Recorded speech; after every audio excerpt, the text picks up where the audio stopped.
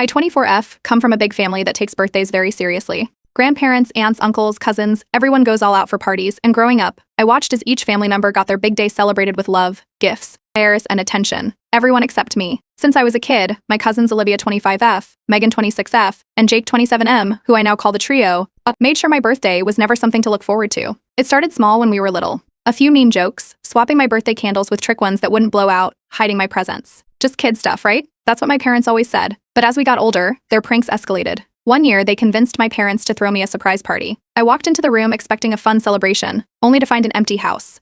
They had sent fake invitations to the entire family, telling them my party had been moved to a later date. I spent the whole day wondering why nobody showed up, while they laughed about it behind my back. Another time, they replaced my actual presents with gag gifts. I unwrapped box after box of ridiculous junk. One year, it was a bunch of mismatched socks. Another year, it was a can of dog food with a ribbon on top. My parents told me to take the joke while everyone else, including my aunt and uncle, laughed along. But my 24th birthday? That was when I finally snapped.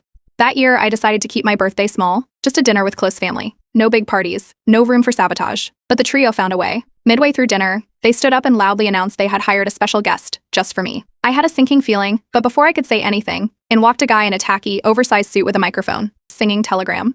In front of my parents, my grandparents, everyone, this man burst into an off-key song about how I was still single at 24, how I was falling behind, and even made a joke about my ex who had dumped me the year before. I sat there, frozen, as the entire room cracked up while he danced around me, snapping his fingers. By the time it was over, my face was burning. The trio was howling with laughter, and even my parents were chuckling.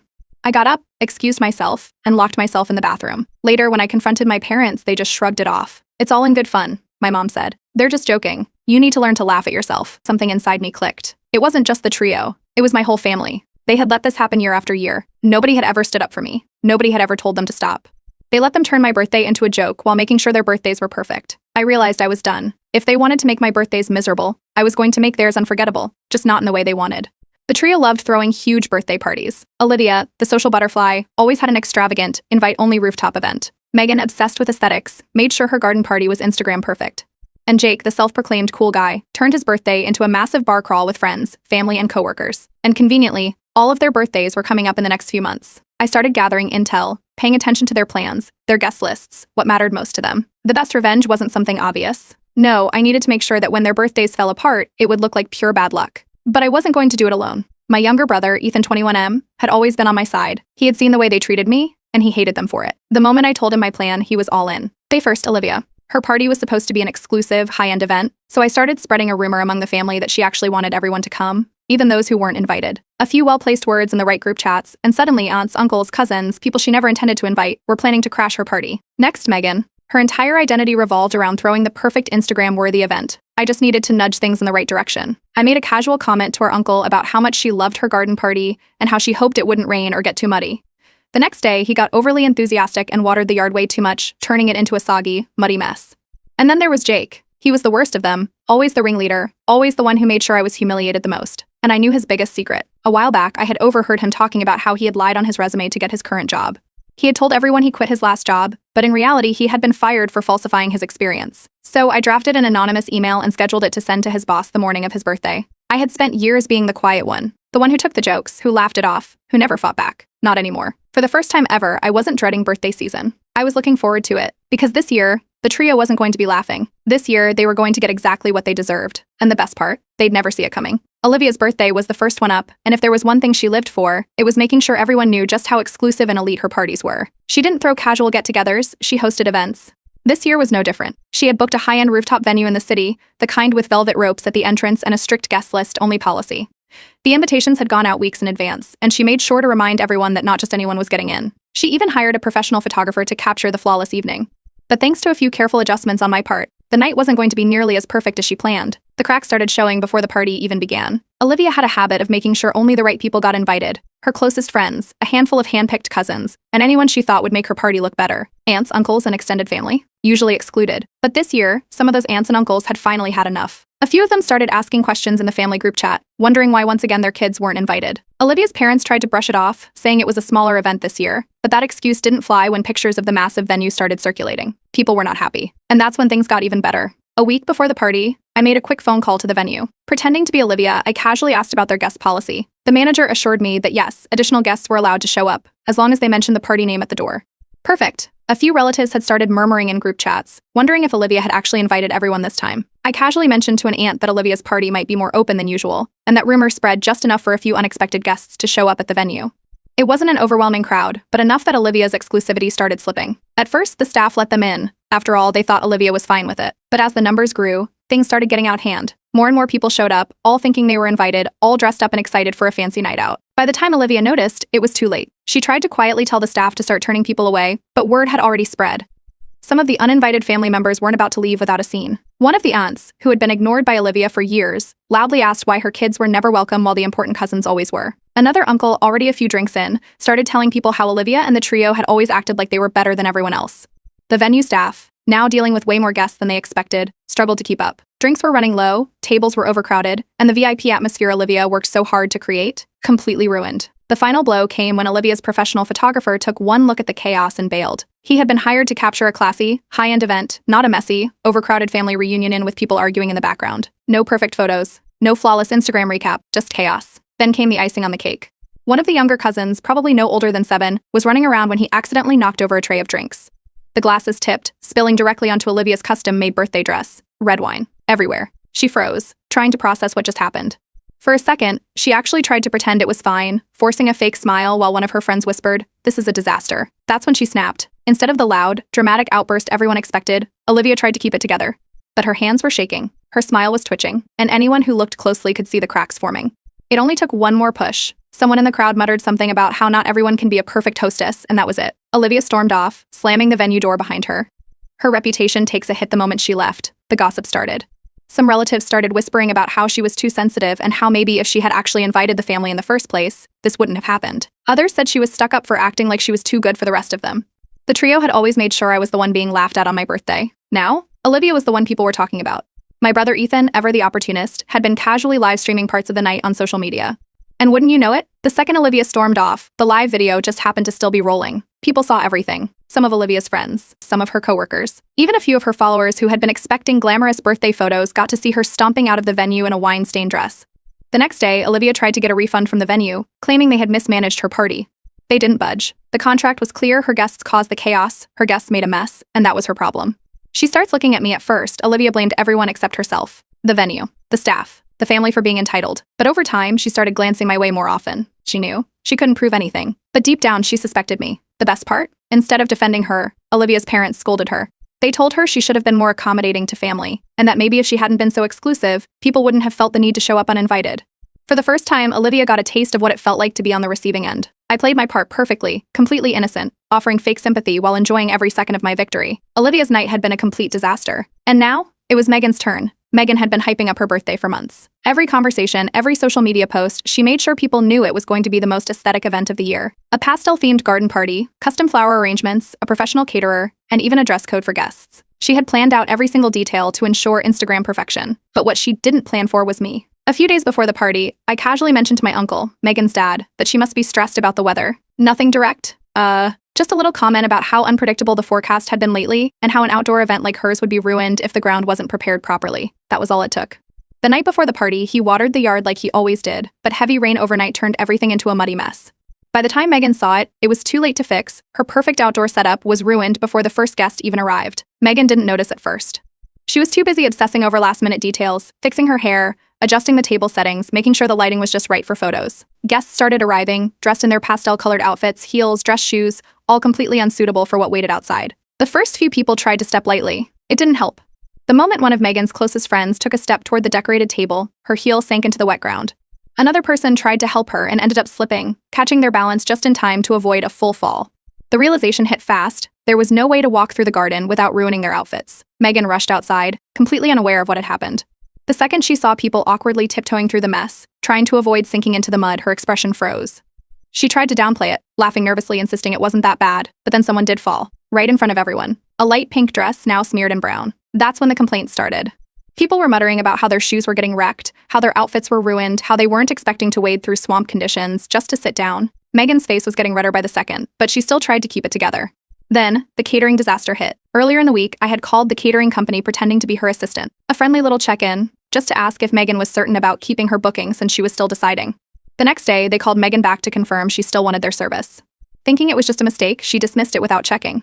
So when her guests were already frustrated, standing in mud and expecting food, there was nothing. Megan ran inside to check, only to realize no one had arrived. No catering staff, no food trays, no drinks, nothing. She grabbed her phone and called them immediately, only to be told, very politely, that they had assumed she canceled since she hadn't reconfirmed. By the time she got off the call, guests were already getting restless. Some were trying to clean off their shoes. Others were awkwardly standing around, waiting for something to happen. Megan's perfect party was already crumbling, and she knew it. Then, the music cut out. Her trendy, curated Spotify playlist had been playing softly in the background until my brother Ethan connected to the Bluetooth and switched it. Instead of soft indie music, the speakers blared out Elmo's greatest hits. Loud, unavoidable. The opening notes of Elmo's World blasted across the garden. People stared. Some actually laughed, thinking it was a joke. Megan was frozen, her hands clenched at her sides. She grabbed her phone, trying to fix it, but Ethan had already taken control. Every time she tried to switch it back, it jumped to another ridiculous children's song. With no food, no music, and guests covered in mud, people started leaving. Slowly at first, making polite excuses, but then it turned into a steady stream. Megan tried to stop them, assuring them food was coming, but there was nothing she could do. Then, the final blow, her photographer. She had hired a professional to capture all the candid moments, but there was nothing good to capture. Instead of flawless, elegant photos, the photographer had shots of frustrated guests, muddy footprints, and a half-empty venue. He tried his best, but Megan could see the pictures weren't coming out the way she had envisioned. That's when she cracked. She had been holding it together up until then, clenching her teeth through every disaster, but the second she caught a glimpse of herself in the reflection of the glass door, of her expensive custom dress streaked with mud, it was over. Her eyes welled up. She turned sharply, rushing inside. A few guests followed, but before anyone could get to her, she had already locked herself in the bathroom. Her mom tried to calm things down, reassuring guests that everything was fine, that food was on the way, but the damage was done. More people left. Her closest friends were whispering to each other, glancing toward the bathroom door. The aesthetic, the perfection, the Instagram-worthy event, it was ruined. And I was right there, standing in the middle of it all, acting completely shocked. Megan eventually came back out, her face blotchy, her smile forced. She was trying so hard to pretend she was fine, thanking the remaining guests, brushing off the disaster as if it wasn't as bad as it seemed. But people were already talking, already laughing behind her back. I walked up, looked her right in the eye, and gave the most innocent apology I could manage. "Oh no, I'm so sorry this happened." She barely managed a nod before turning away. 2 down, 1 to go. And Jake? I already knew exactly how to take him down. Jake's birthday was supposed to be legendary. He had spent weeks talking about it, how it was going to be the best party of the year, how everyone who was anyone would be there, how it would be a night to remember. A full bar crawl, VIP sections, friends, family, and even some of his coworkers from his new job. He had planned everything down to the last detail, but what he didn't plan for was me. A few months earlier, I had overheard something interesting. Jake had been bragging to one of his friends about how he had lied on his resume to get his current job. He had told everyone that he quit his last job for a better opportunity, but in reality, he had been fired for falsifying his experience. No one else knew. Not his coworkers, not his parents, not even his closest friends. It was the perfect secret. The kind that wouldn't just ruin his party, but everything he had built around his fake image. I created an anonymous email account and drafted a message. I kept it short, professional, just the facts, in his old termination. The falsified resume, screenshots of posts he had made bragging about it. And I scheduled it to send directly to his boss. The timing was perfect. On the morning of Jake's party, his boss received the email, but I didn't want the damage to hit right away. I needed it to unfold, slowly, publicly. Jake showed up at the first bar of the night with full confidence, drinking, laughing, making his usual cocky jokes. His coworkers arrived soon after, still completely unaware of what was coming. Everything was going exactly how he wanted, until his phone buzzed. At first, he ignored it, then it buzzed again. And again. He glanced at the screen, frowning slightly. That was the first crack in his confidence. More notifications started coming in. His work friends, one by one, checked their phones. A few of them suddenly looked uncomfortable. Some leaned in to whisper to each other. Others scrolled through their emails with furrowed brows. Then Jake's boss arrived. It was supposed to be a casual drop-in. Just a quick appearance, a drink, a congratulations for the bright future Jake had been bragging about. But instead, he walked straight up to Jake and pulled him aside. Jake tried to brush it off at first, laughing like it was nothing, but his boss wasn't smiling. He spoke low, sharp, direct. Jake's expression slowly shifted, from confusion to something closer to panic. People started noticing. Conversations quieted. More people were checking their emails, whispering, looking toward Jake. He was trying to explain something to his boss, gesturing with his hands, but his boss's expression never changed. After a few more words, he simply turned and walked out of the bar. Jake stood there, frozen. Then, one of his coworkers spoke up, loud enough for people nearby to hear. "So, you didn't actually work at that last company?" The floodgates opened. People started asking questions. Not in private, but right there, in the middle of the crowded bar. More coworkers pulled out their phones, scrolling through the email. Some were laughing. Others looked furious. Jake kept trying to deny it, but there was proof. The email contained enough to raise suspicions, notes about inconsistencies in his resume, questions about his past employment. At first, Jake tried to laugh it off, but once his boss started verifying the claims, it was clear he was in trouble. By the end of the week, a formal review was underway, and Jake realized his career wasn't as secure as he thought. The same way he used to mock me, the same way he used to humiliate me in front of everyone. But now it was his name being dragged through the dirt. His stories being questioned. People he had worked so hard to impress were laughing at him. The final blow came when one of his closest friends, someone who had always backed him up, simply shook their head, muttered something under their breath, and walked away. One by one, others followed. His own friends started leaving. His coworkers paid their tabs and disappeared.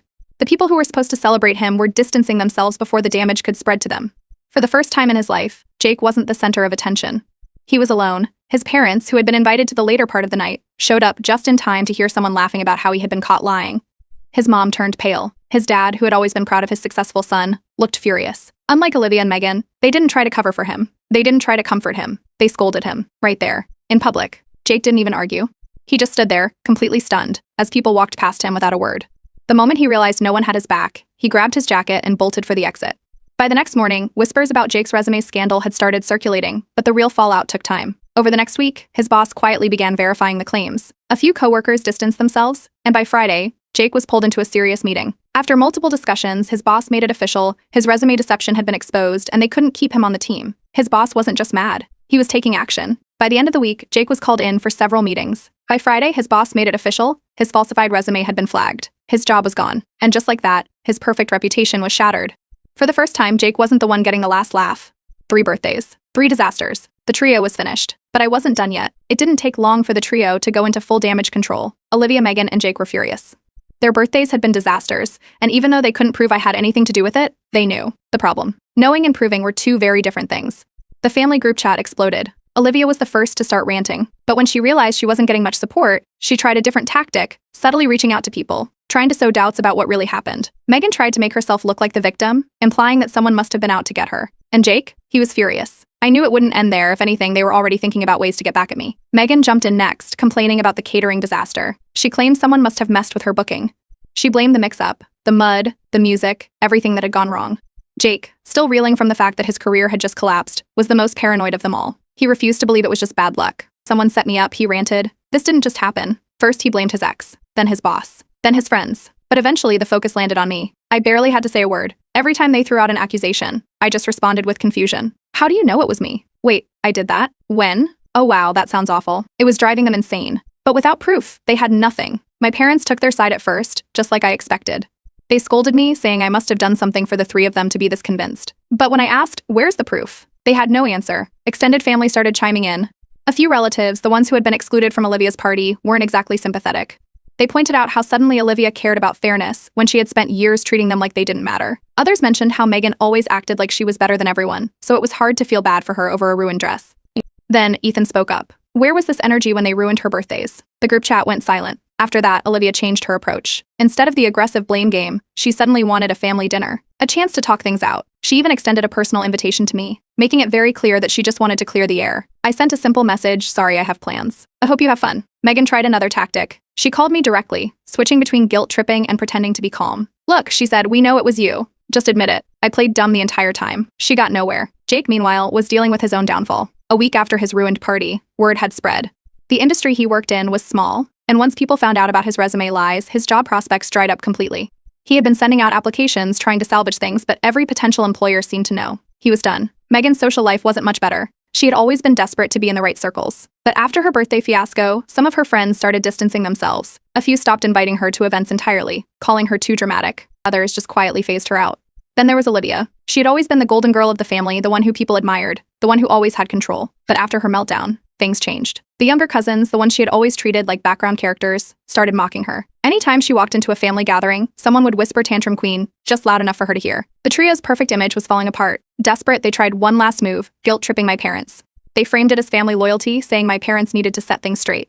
But my dad, who had spent years excusing their behavior, laughed when he heard about Olivia's tantrum. So this is what she's like when she doesn't get her way? That was the moment things shifted. Olivia and Megan tried one last attack, reaching out to extended family in private, spinning their own version of events. Megan called my mom, trying to paint me as a master manipulator. Jake kept insisting he was set up, but it was too late. The family had already seen their true colors.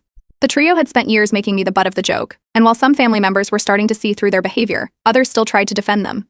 A few relatives called the birthday disasters just bad luck and accused me of overreacting. But as more incidents piled up, their support began to dwindle, and just like that, they gave up. I didn't respond. I didn't react. I just let their own actions ruin them. For the first time in years, they weren't laughing at me. For the first time in years, there was silence, and it was perfect. The trio had faced a rough patch. Their birthdays had been disasters, and their reputations took a serious hit, but they weren't completely ruined overnight. Some friends stuck by them, and they tried to spin their losses as flukes. But over the next few months, their own reactions, tantrums, poor excuses, and misplaced blame gradually pushed more people away. Olivia was the first to attempt damage control. She started posting online about her self-growth journey, sharing inspirational quotes about cutting out toxic people and learning to love herself. She sprinkled in vague posts about fake friends and people who can't handle strong women.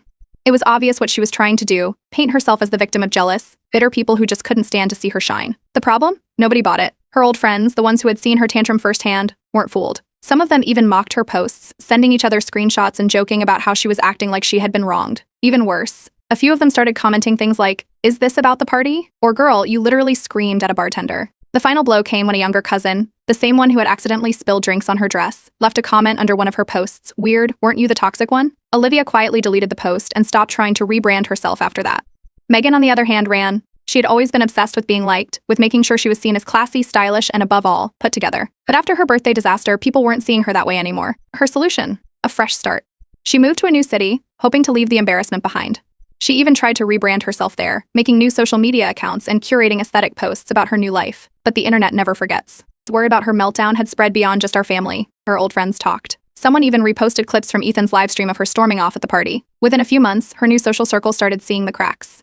People whispered. The invites stopped coming. And then, just like that, Megan stopped posting online entirely. Then there was Jake, the golden boy, the favorite, the one who always had everything handed to him. Except now he had nothing. His reputation in his field was wrecked. Word had spread about his resume lies, and nobody was willing to take a risk on him. His old boss told other companies exactly what had happened. The career he had built through arrogance and fake confidence was gone. Family gatherings were painful for him. He used to be the one everyone wanted to impress, the guy people asked for advice, the one who acted like he had it all figured out. Now, nobody even brought up work around him. He had gone from the family success story to the cousin people whispered about behind his back. Even his parents couldn't defend him. Instead, they turned on each other. At first, Jake and Olivia's parents doubled down, insisting their kids had been set up. But as more people called them out and Jake's career troubles became undeniable, cracks started forming in their united front. Olivia's mom blamed Jake for getting them all in trouble, while Jake's dad muttered about how Olivia and Megan had always been too obsessed with appearances. What had once been a perfect front of family unity was now full of passive-aggressive arguments at every gathering. There were arguments at family events, snide remarks, tension that hadn't been there before. Their perfect, united front started to crack. And as for the trio, their friendship fell apart too. They weren't laughing together anymore. They weren't a team anymore. At first, it was subtle. Olivia stopped liking Megan's posts. Jake didn't bother to show up when Olivia needed support. The little things. Then, at one family event, Megan made a joke about how Olivia had been dramatic at her party. Olivia snapped back, calling Megan a spoiled brat who couldn't handle things not going her way. For the first time, they were turning on each other. The trio wasn't a trio anymore. My parents saw it all happen. And for the first time, they actually seemed to get it. One night, my mom sat down next to me, hesitated for a moment, then muttered something I never thought I'd hear her say. "Maybe we should have stood up for you sooner." She didn't say more than that, but she didn't need to. The best moment came at a family gathering a few months later. A relative, probably trying to lighten the mood, casually joked, "Hey, let's make sure nobody's birthday gets ruined this year." The room went quiet. The trio didn't say a word. Olivia's jaw tightened. Megan suddenly found something interesting on her phone. Jake avoided eye contact completely. The younger cousins, the ones who had spent years watching me get humiliated, started coming to me instead of them, asking me for advice. Sitting next to me at dinner instead of flocking around Olivia or Megan. The dynamic had shifted. And from that moment on, nobody ever dared to mess with my birthday again. I blocked the trio after that. I had no interest in keeping them in my life. They weren't a threat anymore. They never recovered. Their reputations stayed ruined. Their power over the family was gone. And for the first time in years, when my birthday rolled around, I blew out my candles with a real smile. No pranks, no whispered jokes, no humiliation, just laughter. Real, genuine laughter. And that was the best revenge of all.